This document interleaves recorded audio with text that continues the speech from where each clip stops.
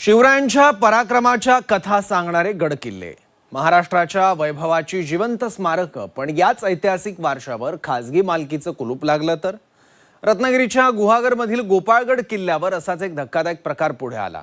अवघे 2 आंबे उचलल्याच्या कारणावरून पर्यटकांना किल्ल्यातच डांबून ठेवण्यात आल्याचा आरोप आहे।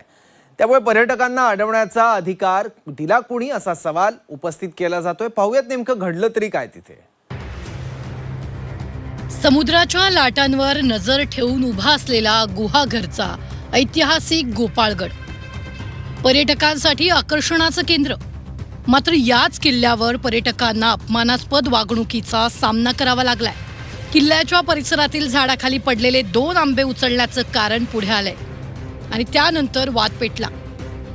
हा किल्ला आमची खासगी मालमत्ता आहे असा दावा करत अरेरावी केल्याचा आरोप करण्यात आला। पण जर किल्ला खासगी असेल तर त्याबाबतचा फलक कुठे आहे असा प्रश्न यावेळी पर्यटकांनी उपस्थित केला।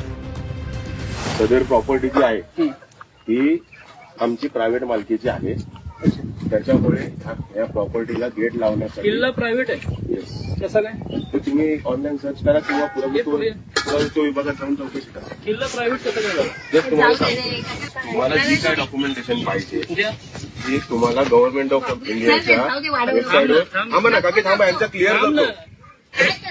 अरे तू थांबशील का? थांबा ना, यांची माहिती जी आहे ए शुभम जा, गाडी घेऊन जा, किल्ला घेऊन जा।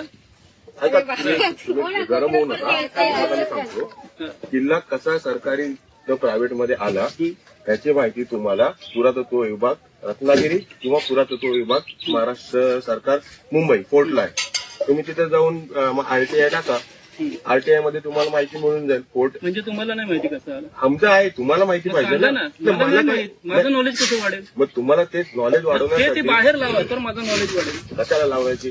आमची प्रॉपर्टी आहे, आम्हाला माहिती आहे। पण आम्हाला नाही माहित ना। मग तुम्हाला आम्हाला वाटलं सरकारी, आम्ही घेतलं।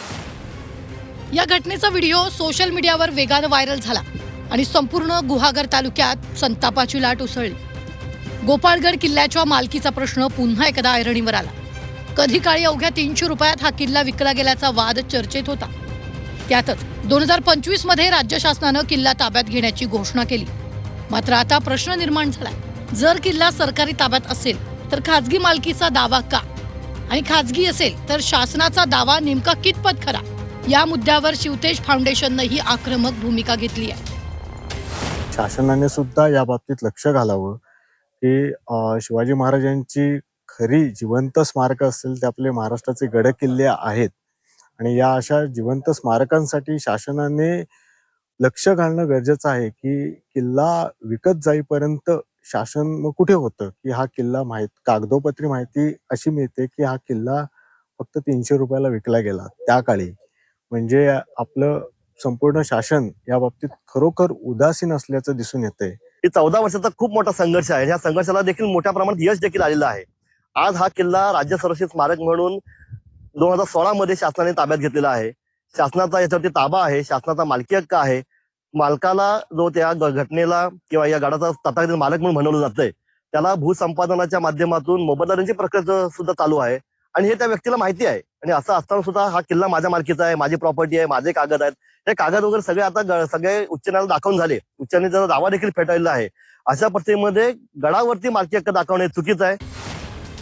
दरम्यान या वादाची दखल आता शासनाला घ्यावी लागली आहे। रत्नागिरीचे पालकमंत्री उदय सामंत यांनी या प्रकरणावर महत्त्वाचं विधान केलंय। गोपाळगड किल्ला पूर्णपणे सरकारच्या ताब्यात घेण्यासाठी 25 तारखेनंतर अंतिम निर्णय घेतला जाईल असं आश्वासन त्यांनी दिलंय। 100% आता गुहागर सभापती प्रणव कोळेकरनी हे माझ्या निदर्शनास आणून दिलेलं आहे। मी आता जिल्हाधिकाऱ्यांशी बोललो, 25 तारखेपर्यंत आचारसंहिता असल्यामुळे काही आम्हाला बंधन आहेत। 25 तारखेनंतर त्याची बैठक घेऊन गोपाळगड राज्य शासनाच्या ताब्यात घेण्याच्या दृष्टीने आम्ही कार्यवाही करणार आहोत। 2 आंब्यांपासून सुरू झालेला हा वाद किल्ल्याच्या मालकीपर्यंत पोहोचलाय। शिवरायांच्या इतिहासाची साक्ष देणारा गोपाळगड आजही मालकीच्या वादात अडकलेला आहे। आता प्रश्न 2 आंब्याचा नाहीये, प्रश्न आहे महाराष्ट्राच्या ऐतिहासिक वारशाचा, प्रश्न आहे पर्यटकांच्या सुरक्षेचा आणि प्रश्न आहे शिवकालीन गडकिल्ल्याच्या जतनाचा। गोपाळगडावरील घटनेनंतर सरकार काय पावलं उचलणार याकडे सगळ्यांचं लक्ष लागलंय। रवींद्र कोकाटे, झी 24 तास, रत्नागिरी।